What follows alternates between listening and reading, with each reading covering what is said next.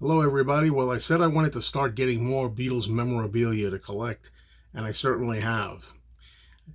It's tough to know what to call this video because there's certain words you got to use that you know are just going to get people cranking and to make jokes and everything. So let me start it. If you have any ideas out there, you want to make any comments, let me just do a Rodney Dangerfield line right now. You better save your breath. You'll need it to blow up your inflatable date, okay? You know what I'm saying? So yeah, we have Beatles blow-up dolls, Beatles inflatable dolls.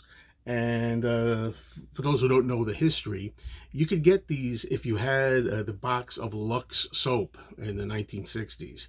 1966, they had a coupon on the back of the box where you could send in and get this offer.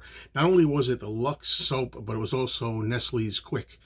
You know, they had these images, and a while ago, you may remember that I had bought a box of the what I thought was an original box of the Lux soap, and it turned out to be a counterfeit. There's a lot of counterfeit Beatle items, and that's one of the trepidations and reservations I have about getting a lot of Beatles memorabilia because you don't know what's faked, you don't know what's counterfeit. I'm trying to learn more and more about that. Some things I already know. There's always more to be learned, okay?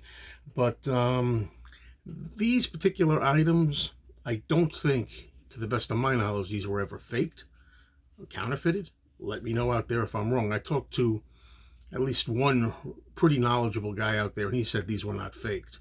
So I'm not really too worried about it. All right, let me start with a little story because before I show you these, back in the 70s, I want to say 1978, maybe 77 or 78, not sure which. I was a teenager living in Queens, and they had these street bazaars. They used to have like a flea market, you know, a rummage sale, whatever. And there was a guy there at the time that was selling these Beatle blow-up dolls in their original plastic wraps, sealed. Each one was folded, each doll, and it was kind of original, you know, in the packaging. And you got to figure in 1977, 78, these dolls were not much older than 10 years, you know, well, 10 plus years, but not very old, right? And I don't know how the guy got a hold of these, but he was selling them for $1 each. Believe it or not, you could get all four Beatle dolls for $4 for the four. These days, the price is up, of course. But I think if you're going to buy these, I wouldn't spend more than, I'm going to say, for the four of them I'm talking about, $200 to $250 thereabouts, because these can be had, they can be found, and I wouldn't say that they're really that hard to come by, or they should be that expensive. I've seen people selling them for $400, which is too expensive. I've seen them going for $100 a piece. That's too much. You want to pay $50, between $50 and $60 each, $50 to $65 each, maybe tops, for each Beatle. Okay, when I got these, finally got mine, they did come in the plastic baggies, the original plastic baggies, the way that I remember them from that 1970s bazaar that I had. Now, they're not sealed. They were not sealed. They were open. Each one, I didn't have to tear them open. They were all open. And the question was, were these ever inflated? So now when I got these, the person I got them from told me these had never been blown up, never been used, never been inflated. Well, maybe, maybe not. I have no way of knowing that for sure. What else are they going to say? Right? That's the sales pitch. Well, I'll tell you this much. I blew all four of these up, and last night, and they've been holding the air, and they look pretty good. So if these are originals, I'm pretty lucky. Let's start with Ringo. This is the Ringo blow-up doll.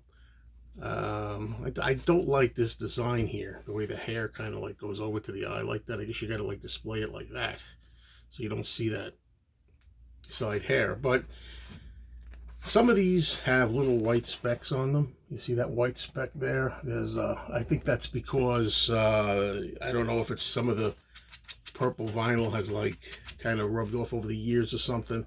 But back here it says 1966 NEMS Limited, made in Hong Kong. And I don't know how well you can see that. I'll do the best I can. It says made in Hong Kong, 1966 NEMS Limited. NEMS Limited, LTD. So that's the best I could do. I could swear, I'm not sure, but I could swear that the dolls that I had in the 70s might have said King features on them or something. Maybe I'm wrong. You know, it's a memory I have. I could be wrong. People who are more in the know could let me know about that. So, I've got a hair in my mouth. Excuse me. All right, next up, we have the George doll. All right. These are all things considered, in really good shape. And as I said, you know, these have been holding their air. They haven't deflated. I suppose if you're going to keep these things for display, keep them inflated, I think eventually they're going to deflate. They're not going to probably stay that way.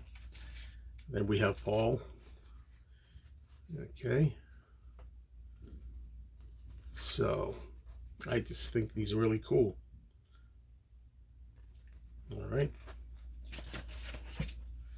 And finally, we have John.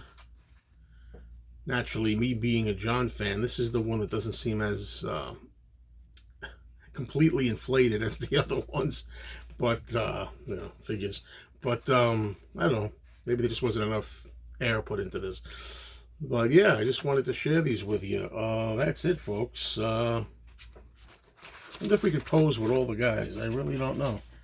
Yeah, the Beatles, Lux Soap, Inflatable, Blow-Up dolls. Well, I tell you, it ain't easy being me. No respect at all, you know. All right, I'll get your face in there. All right. Yeah, I don't think I'm gonna keep these inflated. I'm probably gonna fold them up and put them back in their packages. But that's it, everybody. Thank you for joining me. Hope you had a good time with this video.